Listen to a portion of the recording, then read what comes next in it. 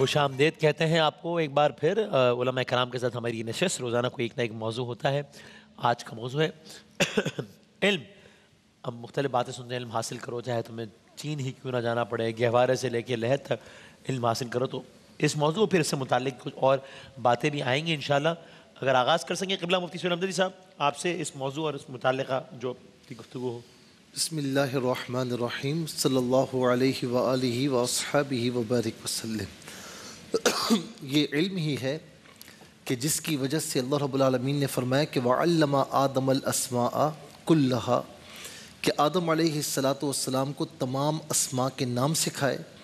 جو فرشتے اس سے لا علم تھے اور اسی علم کی بنیاد پر اللہ رب العالمین نے آدم علیہ السلام کو جو ہے وہ فرشتوں کے سامنے ان کی فضیلت کا اظہار فرمایا. انہوں نے کہا سبحانک لا علم لنا الا ما علمتنا, ہمارے پاس وہ علم نہیں مگر وہی جو تو نے ہمیں سکھایا.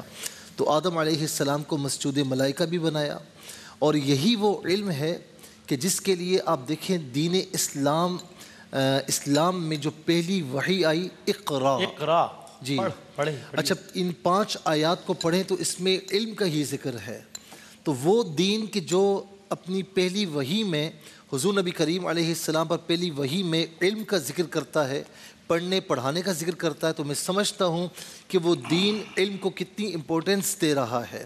اللہ ولی الذین آمنوا یخرجہم من الظلمات الی النور, کہ وہی اللہ ہے جو آپ کو ظلمات سے نکال کر روشنیوں کی طرف لے کر آتا ہے.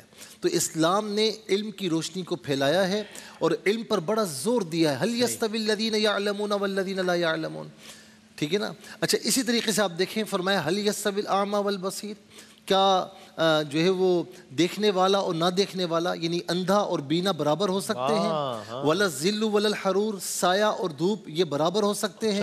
ٹھیک ہے, اندھیرا اجالا برابر ہو سکتے نہیں ہو سکتے. اسی طریقے سے جو علم والا ہے اور جو بے علم ہے یہ برابر نہیں ہو سکتے. اور فرمایا کہ جب بھی اس میں یہ بھی فرمایا کہ جب بھی تمہیں علم حاصل کرنا ہو پوچھنا ہو فاسألوا اہل الذکر, علم والوں سے پوچھو ان کنتم لا تعلمون, اگر تم نہیں جانتے. حضور نبی کریم صلی اللہ علیہ وسلم نے اتنی بڑی بات فرمائی کہ علم حاصل کرنے والا جب گھر سے نکلتا ہے جب تک گھر میں واپس نہیں آتا گویا کہ وہ اللہ کی راہ میں ہے. اور شیطان جب اپنے چیلوں کے ساتھ بیٹھتا ہے نا تو کوئی چیلا کہتا ہے کہ جی میں نے یہ کام کروایا, میں نے یہ نہیں. ایک شیطان کمزور سا اٹھا, اس نے کہا میں نے ایک بچے کو علم پڑھنے سے روکا تو اسے گلے لگایا. تو اس نے کہا کہ تو نے جو کام کیا وہ کسی نے نہیں کیا. یہ اتنی اہمیت والا ہے کیونکہ جو علم والا ہوگا تو وہ شیطانی نرغے میں بھی نہیں آئے گا انشاءاللہ. اور میں اس حوالے سے ام المؤمنین سیدہ عائشہ رضی اللہ تعالی عنہا کا بھی ذکر کروں گا کہ آج ان کا یوم وصال ہے 17 رمضان المبارک. اتنی صاحبہ علم کہ اس زمانے کے صحابہ آپ سے سوال کیا کرتے تھے اور اتنی صاحبہ علم کہ حضور نبی کریم علیہ السلام گویا کہ عورتوں کے جتنے مسائل ہیں وہ ہمیں سیدہ ام المؤمنین عائشہ رضی اللہ تعالی عنہا کے توسط سے پہنچے. یہ بھی کہا جاتا ہے کہ آپ نے آدھا علم پہنچایا ہے, جی آدھے مسائل جو خواتین کے وہ پہنچائے ہیں. اسی حوالے سے میں کہوں گا کہ ام المؤمنین سیدہ عائشہ رضی اللہ عنہ وہ ہیں کہ جو حضور نبی کریم علیہ السلام کے ساتھ ہیں تو کئی مرتبہ آپ کے سامنے حضور نبی کریم علیہ السلام پر وحی مبارکہ نازل ہوئی, اور وہ ہیں کہ جن کا نکاح اللہ کے اذن سے اللہ رب العالمین نے حضور نبی کریم علیہ السلام سے کروایا. اور یہ وہ ہیں کہ النبی اولا بالمؤمنین من انفسہم وازواجہ امہاتہم, ساری ازواج مطہرات جن کی نسبت میرے مصطفیٰ سے ہے وہ ہم تمام ایمان والوں کی مائیں ہیں. اور آقا علیہ السلام کے بعد ایک عرصے تک حیات طیبہ سے متصف رہیں اور علم کو پھیلاتی رہیں. اللہ رب العالمین ان کے مزار پر انوار پر کروڑا رحمت نازل فرمائے. بڑی نوازش, کیا کہہ رہے ہیں جزاک اللہ.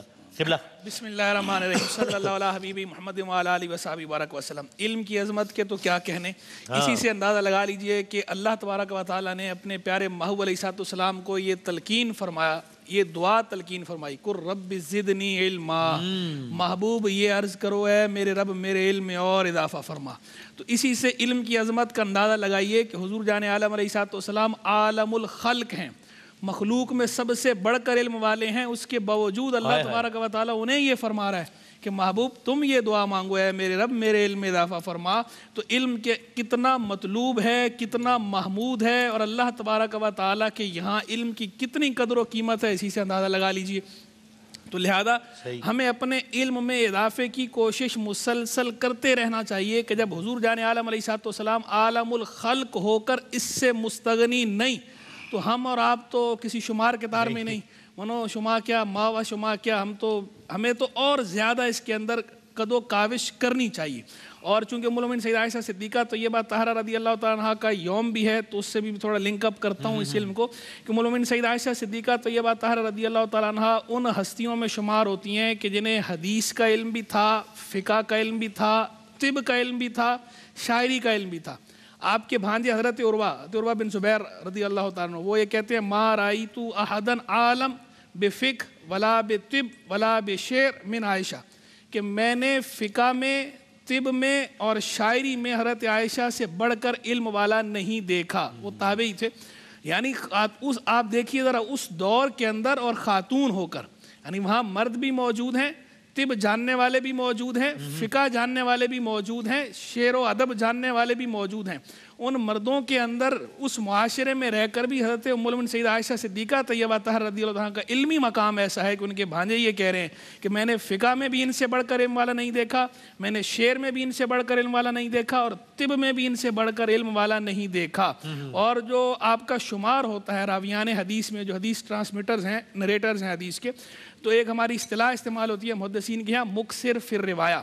مکثر فی الروایا ان راویوں کو کہا جاتا ہے جو 1000 سے زائد احادیث جنہوں نے روایت کی ہوں. تو ام المؤمنین سے تقریباً 2210 احادیث مروی ہیں، جو آپ سے روایتیں ہیں 2210 مرویات. یعنی آپ کا شمار مکثر فی الروایا خواتین میں ہوتا ہے. خواتین میں سب سے زیادہ جو احادیث مروی ہیں وہ ام المؤمنین سیدہ عائشہ ہی سے مروی ہیں. اور پھر آپ کے بارے میں جو آپ کی فقہ ہے، باقاعدہ اس پہ پوری کتابیں لکھی گئی ہیں. عربی میں بھی پی ایچ ڈی کے باقاعدہ تھیسز لکھے گئے ہیں، صرف آپ کی فقاہت کے اوپر بھی، اور آپ کی حدیث دانی محدثہ ہونے کی جہت ہے اس پہ بھی باقاعدہ پی ایچ ڈی کے تھیسز لکھے گئے ہیں، باقاعدہ پوری کتابیں ہیں. اور جو صحابہ کرام رضوان سے آپ کی جو ڈیبیٹ ہوئی ہے مختلف مسائل پر، اور اس میں جو آپ نے اپنی مجتہدانہ رائے پیش فرمائی ہے اور بعد میں صحابہ کرام نے اس کو تسلیم کیا ہے، اس پہ بھی باقاعدہ ائمہ نے کتابیں لکھی ہیں. امام بدر الدین زرکشی رحمہ اللہ کی اس پر کتاب الاجابہ لایراد مستدرکۃ عائشہ علی الصحابہ چھپی ہوئی ہے. اسی طرح علامہ جلال الدین سیوطی شافعی رحمہ اللہ کی بھی اس پر کتاب عین الصحابہ فی استدراک عائشہ علی الصحابہ. اچھا، یہ جو کتابیں اصل کتابیں عربی میں ہیں، نام اسی لیے لے رہا ہوں کہ جو عربی کا ذوق رکھنے والے عربی میں مطالعہ کریں، لیکن ان کے اردو تراجم بھی بازار میں دستیاب ہیں، تو وہ خرید کر پڑھیں تاکہ علم میں اضافہ ہو اور پتہ چلے. اور یہ ہماری خواتین کے لیے بھی مشعل راہ ہیں کہ ام المؤمنین سیدہ عائشہ صدیقہ طیبہ طاہرہ رضی اللہ عنہا کی جو یہ کاوشیں ہیں علم کے فروغ کے لیے، یہ ہماری خواتین کے لیے بھی آج نمونہ عمل ہے، مشعل راہ ہیں.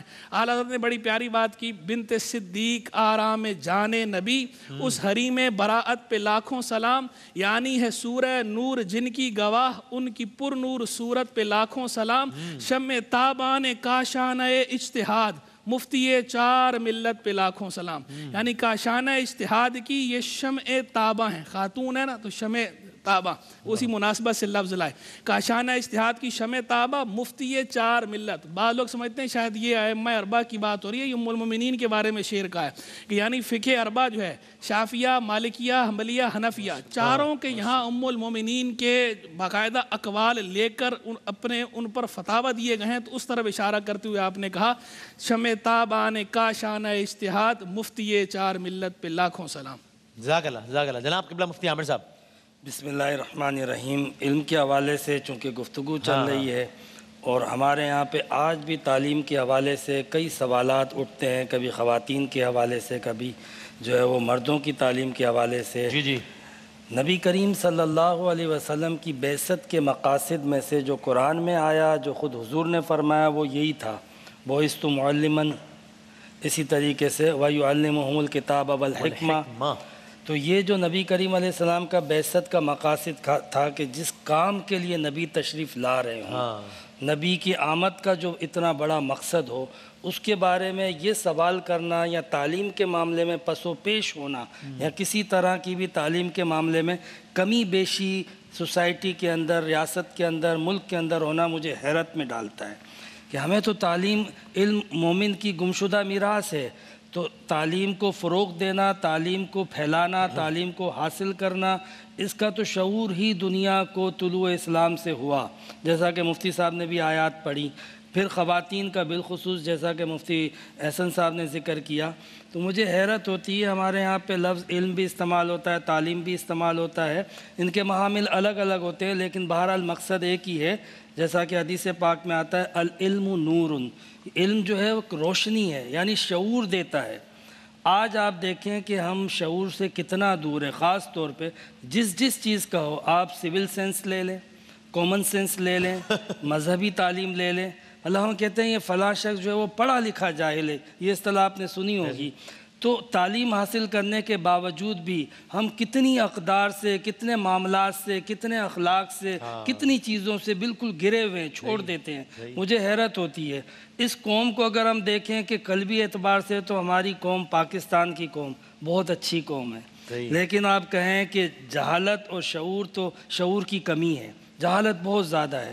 ہم چھوٹی چھوٹی باتوں پہ لاشعوری میں لڑتے رہتے ہیں، جھگڑتے رہتے ہیں، راستے میں جھگڑ پڑتے ہیں، وہ سمجھتا ہے یہ میرا روڈ ہے، وہ کہتا ہے یہ نہیں میرا روڈ ہے، بلکہ اس کے لیے ورڈ جو یوز ہوتے ہیں کہ تمہارے ابا جی کا روڈ ہے، تو اتنا ابا جی سینس بھی آپ نہیں نے ہے۔ کہا ہے، ویسے برڈ تو کوئی اور یوز ہوتا ہے۔ جی ہاں بالکل، کہنے کا مقصد یہ آپ کو وہاں پہ نظر کیا کم آتا ہے، شعور کی کمی نظر آتی ہے۔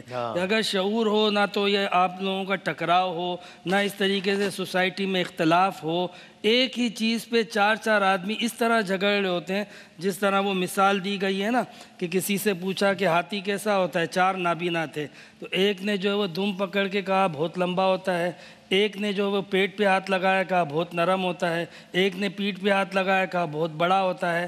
تو چیز ایک ہی ہے، لیکن کیا ہے کہ نابینا تھے، شعور نہیں تھا، اپنی اپنی تعبیرات کر رہے تھے۔ اس قوم میں شعور آ جائے، تعلیم کا ذوق پیدا ہو جائے تو انشاءاللہ دنیا کی سب سے بہترین قوم بن جائے گی انشاءاللہ انشاءاللہ۔ جناب قبلہ بسم اللہ الرحمن الرحیم۔ پروردگار عالم نے انسان کو اس دنیا میں پیدا کیا، اور اس وقت کی منظر کشی جس طریقے سے کی ہے قرآن مجید نے کہ واللہ اخرجکم من بطون امہاتکم لا تعلمون شیئا، کہ اللہ نے تمہیں تمہارے ماؤں کے بطن سے اس عالم میں باہر نکالا کہ تمہارے پاس ذرا سا بھی علم نہیں تھا۔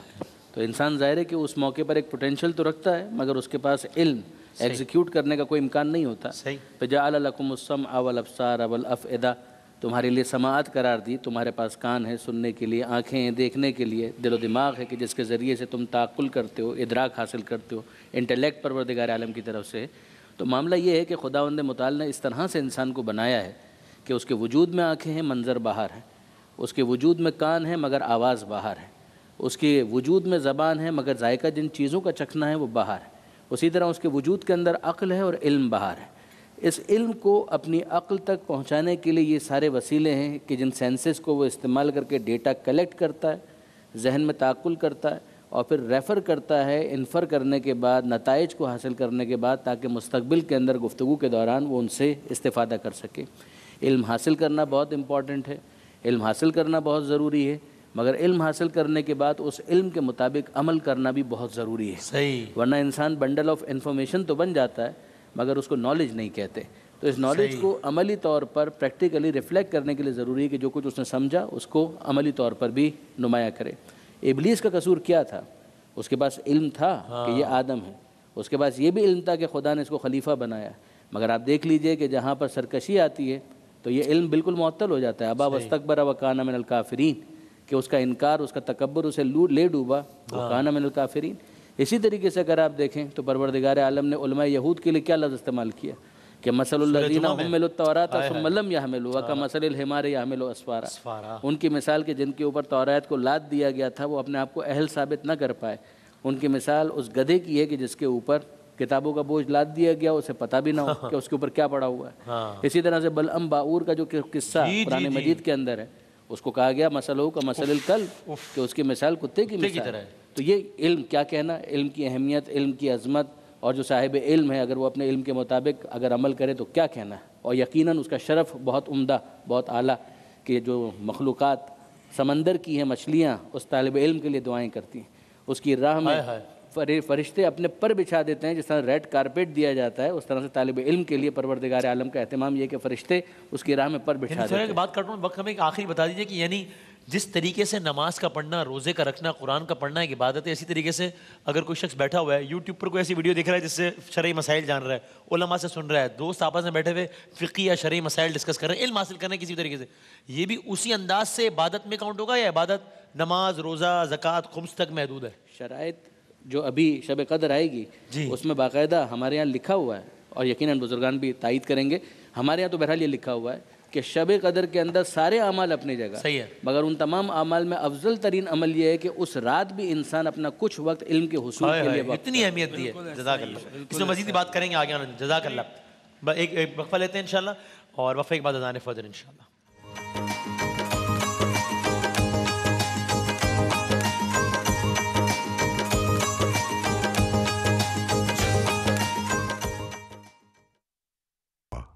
وبصوم غد نويت من شهر رمضان، میں ماہ رمضان کے کل کے روزے کی نیت کرتا ہوں۔ اللہ اکبر، اللہ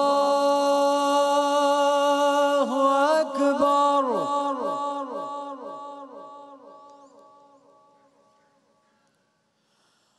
اللہ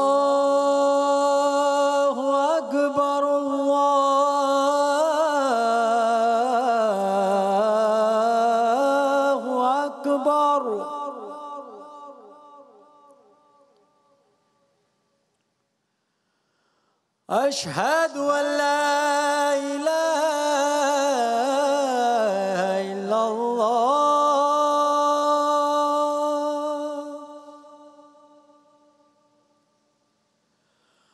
أشهد أن لا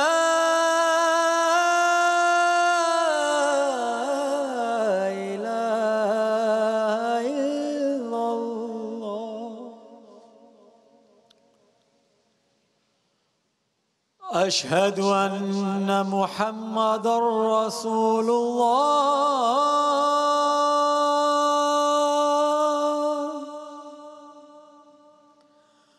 أشهد أن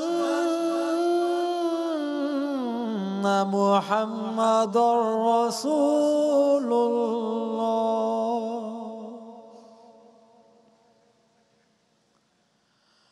حي على الصلاة،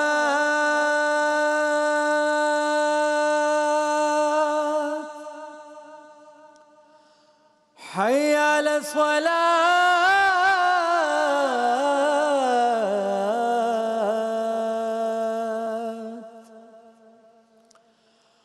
حي على الفلاح،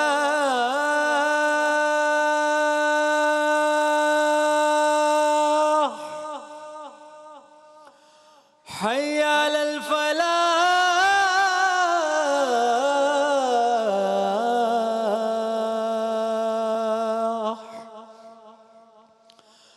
الصلاة خير من النوم،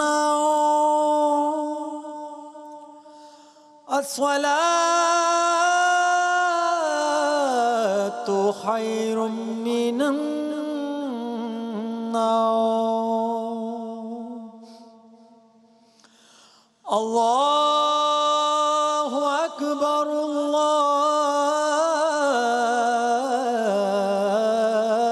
الله أكبر، لا إله إلا الله، اللهم رب هذه الدعوة التامة والصلاة القائمة آت محمدا الوسيلة والفضيلة والدرجة الرفيع وابعثه مقاما محمودا الذي وعدته وارزقنا شفاعته يوم القيامة إنك لا تخلف الميعاد۔ جزاک اللہ، بہت نوازش جناب وسیم وسیع صاحب. یوں 17 رمضان المبارک ہم نے ایک اور روزہ اختیار کر لیا الحمدللہ. دنیا کے کچھ ممالک میں 16 رمضان المبارک. اختتام کریں گے دعا سے, اور یہ دعا ہے سورہ بقرہ میں آیت نمبر 127. حضرت ابراہیم علیہ السلام, اللہ تعالیٰ نے ظاہر ہے بڑے بڑے کام لیے ان سے, اور یہ اس وقت کی دعا ہے کہ اس یعنی خانہ کعبہ کی تعمیر کے وقت حضرت ابراہیم کو فکر لاحق تھی کہ یعنی وہ چاہتے تھے ظاہر ہے کہ اللہ تعالیٰ قبول کرے, بیت اللہ کی تعمیر کو اپنی بارگاہ میں مقبول بنائے. تو آپ نے کچھ یوں دعا کی جس کا ترجمہ ہے سورہ بقرہ آیت نمبر 127 کا ترجمہ ہے. اور اس وقت کا تصور کرو جب ابراہیم بیت اللہ کی بنیادیں اٹھا رہے تھے, اسماعیل بھی ان کے ساتھ شریک تھے, اور دونوں یہ کہتے جاتے تھے اے ہمارے پروردگار ہم سے یہ خدمت قبول فرما لے, بے شک تو اور صرف تو ہی ہر ایک کی سننے والا ہے, ہر ایک کو جاننے والا ہے. اللہ تعالیٰ میں آپ ہم سب اس ماہ مبارک میں جو جو اپنے طور پہ اعمال انجام دے رہے ہیں اللہ تعالیٰ سب کو قبول فرمائے انشاءاللہ. بشرط صحت و سلامتی و زندگی. کچھ گھنٹے بعد ملتے ہیں انشاءاللہ, یعنی کہ 1:45 پر. تب تک کے لیے اللہ حافظ و ناصر.